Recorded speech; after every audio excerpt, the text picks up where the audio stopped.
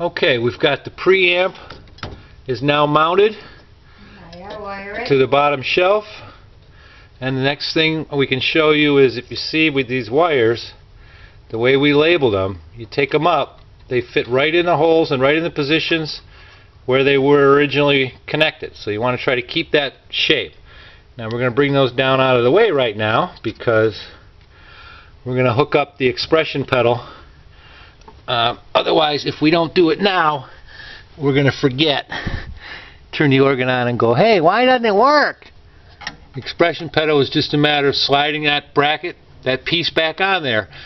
Now, I'll take it off and show you. Inside here, this unit, you can't get it in the wrong place because there's a flat spot right there, and that's where this set screw sits. So it can only go on one way, and we know we'll be in the right place based on how it was set up when we took it apart. And we've already attached some of the wires within this box.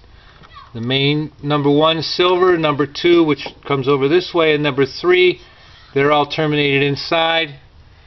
We've got one terminal that's missing its spade, so we've just soldered that.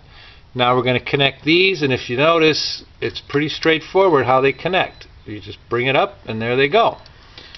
And then we'll terminate these 2 over here, same thing, and we'll check back in. The preamp is in and all wired up.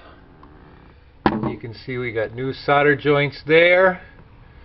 Ran the wires underneath the 3 panels. You can see our numbering system now. Those are all new connections. Oop, we run all the wires where we need to. The 4 that go under here were tricky underneath that panel, but we got them all connected. Unfortunately, there's no way to test it until we put all the other amps in. So now we're going to move down to the lower left here and install the reverb amp.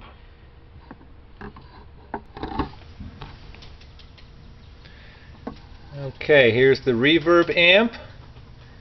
You can see the blue, the light blue capacitors are the ones that needed to be replaced. And if we flip it over, we'll see that this capacitor is also new. This is a pretty simple hookup, just 6 terminals on a strip.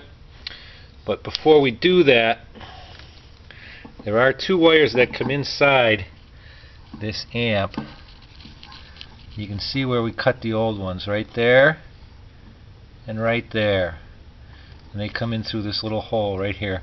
So I'm going to have to desolder these so that I can put the new ones on. We'll get back to you when it's hooked up.